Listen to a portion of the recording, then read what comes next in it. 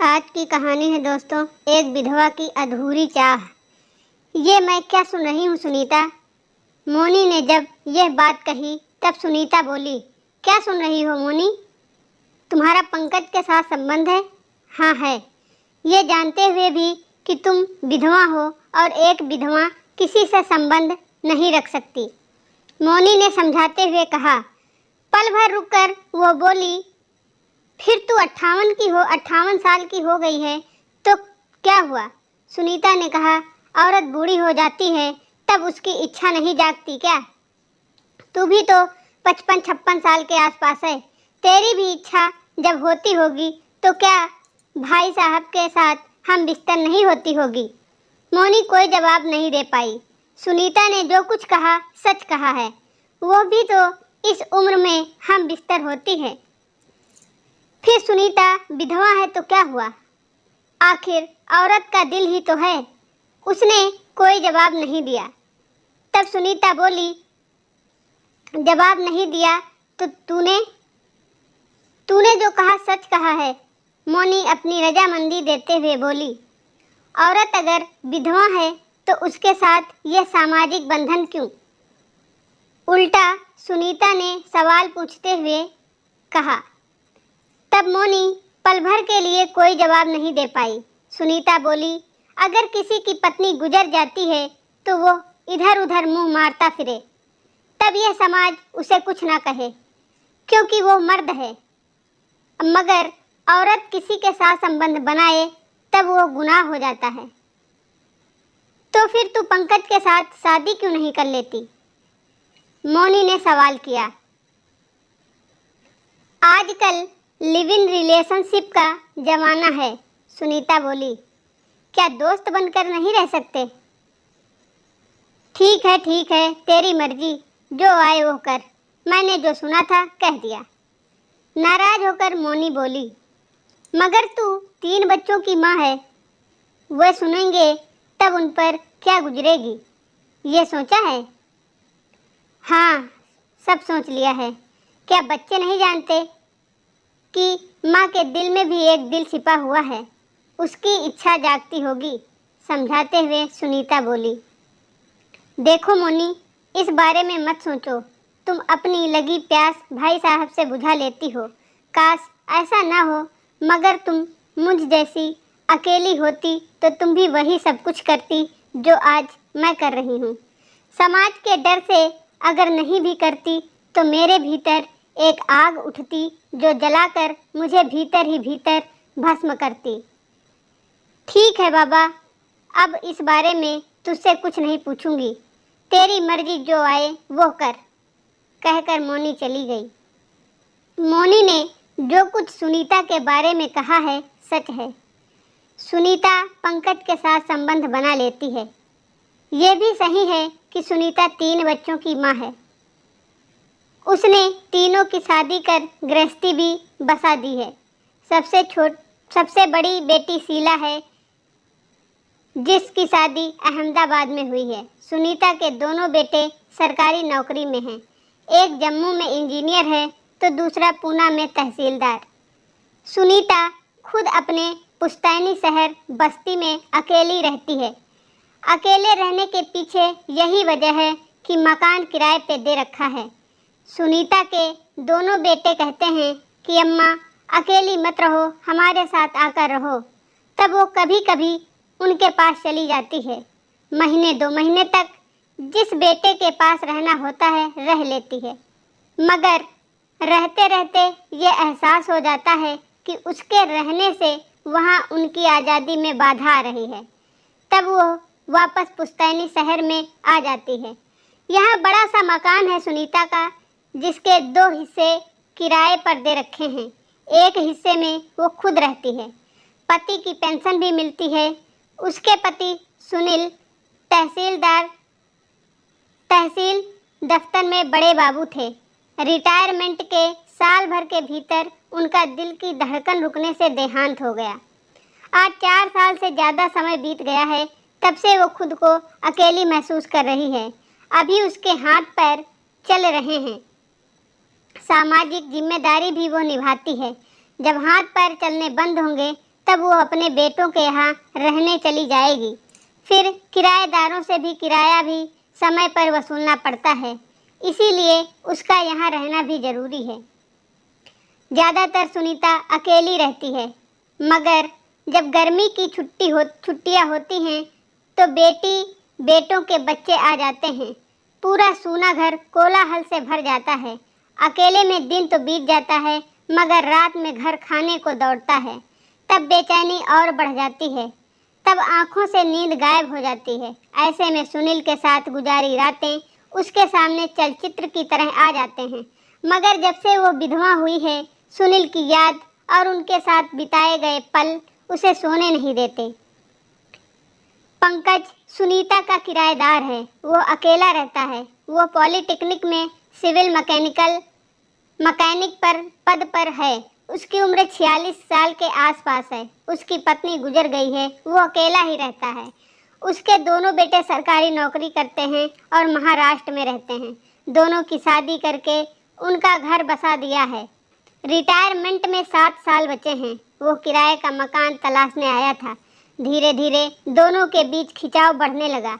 जिस दिन चपरासी रोटी बनाने नहीं आता, उस दिन सुनीता पंकज को अपने यहाँ बुला लेती थी या खुद ही वहाँ बनाने चली जाती थी। पंकज ऊपर रहता था। सीढ़ियाँ सुनीता के कमरे के गलियारे से ही जाती थीं। आने जाने के बीच कई बार उनकी नज़रें मिलती थीं। जब सुनीता उसे अपने यहाँ रोटी खाने बुलाती थी, तब कई बार जानकर आंचल गिरा देती थी। ब्लाउज से जब उभार दिखते थे, तब पंकज देर तक देखता रहता था। वो आंचल से नहीं ढकती थी।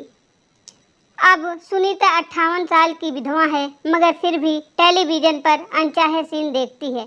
उसके भीतर भी जोश पैदा होता है। जोश कभी कभी इतना ज़्यादा हो जाता कि वो छटपटा कर रह जाती है। एक दिन सुनीता ने पंकज को अपने यहाँ खाना खाने के लिए बुलाया। उसे खाना परोस रही थी और कामुक निगाहों से देखती भी जा रही थी। वो आंचल भी बार बार गिराती जा रही थी, मगर पंकज संकेत नहीं समझ पा रहा था। वह उम्र में उससे बड़ी भी थी। उसकी आंखों पर लाज का पर्दा पड़ा हुआ था। सुनीता ने पहल करते हुए पूछ लिया, पंकज, अकेले रहते हो? बीबी है नहीं, फिर भी रात कैसे गुजारते हो? पंकज कोई जवाब नहीं दे पाया। एक विधवा बूढ़ी औरत ने उससे ये सवाल पूछकर उसके भीतर हलचल मचा दी। जब वो बहुत देर तक इसका जवाब नहीं दे पाया, तब सुनीता बोली, आपने जवाब नहीं दिया। तकिया लेकर तड़पता रहता हूँ, पंकज ने मजाक के अंदाज में कहा। बीबी की कमी पूरी हो सकती है। जब सुनीता ने ये बात कही, तब पंकज हैरान रह गया। आप क्या कहना चाहती हो? मैं हूं ना आपके लिए। इतना कहकर सुनीता ने कामुक निगाहों से पंकज की तरफ देखा। आप उम्र में मुझसे बड़ी हैं। बड़ी हुई तो क्या हुआ, एक औरत का दिल भी है मेरे पास। ठीक है, आप खुद कह रही हैं तो मुझे कोई एतराज़ नहीं।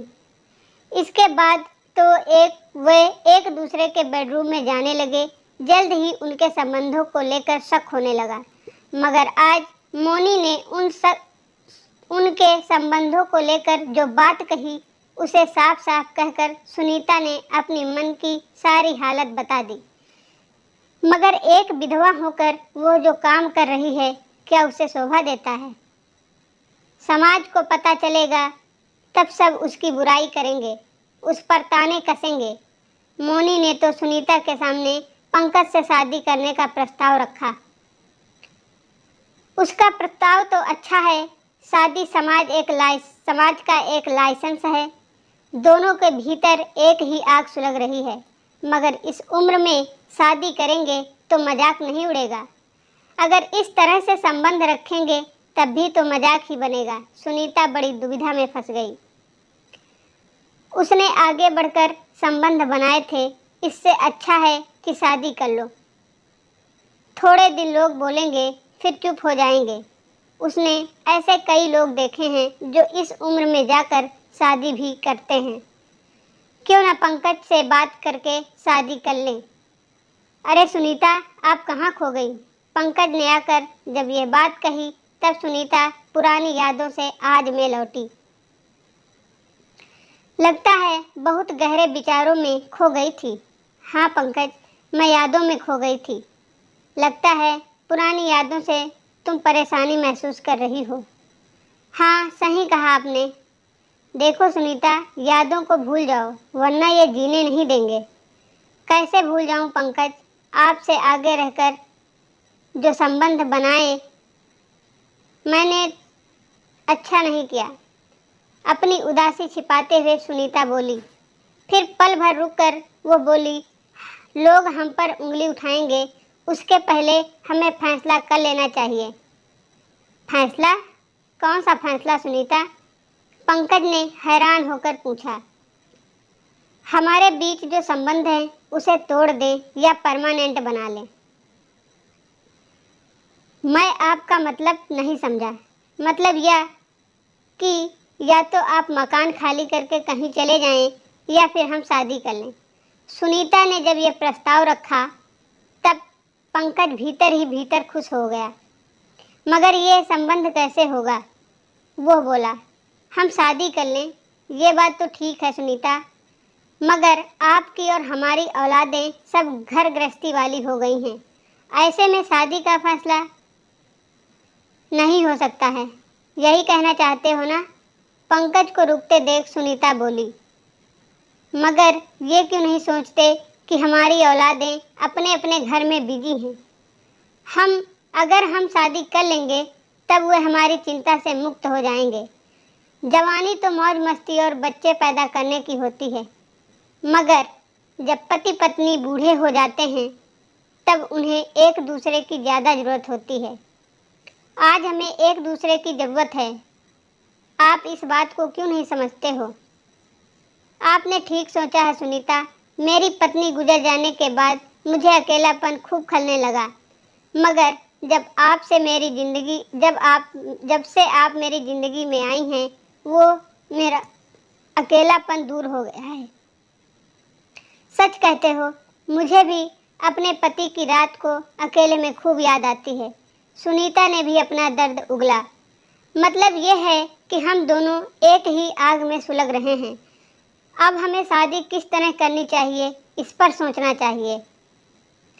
आप शादी के लिए राजी हो गए। बहुत सालों के बाद सुनीता के चेहरे पर खुशी झलकी थी। वो आगे बोली, शादी किस तरह करनी है ये सब मैंने सोच लिया है। क्या सोचा है सुनीता? अदालत में गुपचुप तरीके से खास दोस्तों की मौजूदगी में शादी करेंगे, मगर इसकी हवा किसी को भी नहीं लगनी चाहिए, यहाँ तक कि अपने बच्चों को भी नहीं। मगर बच्चों को तो बताना ही पड़ेगा, पंकज ने कहा। जब हमारे हाथ पैर नहीं चलेंगे तब वही संभालेंगे।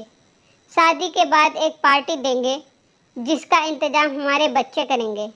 जब सुनीता ने ये बात कही तब पंकज भी सहमत हो गया।